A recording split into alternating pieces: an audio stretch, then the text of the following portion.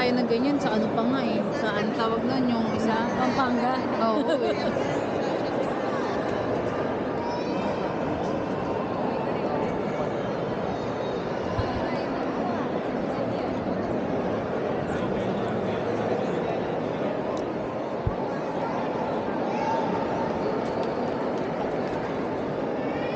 Alam mo, minsan iniisip ko na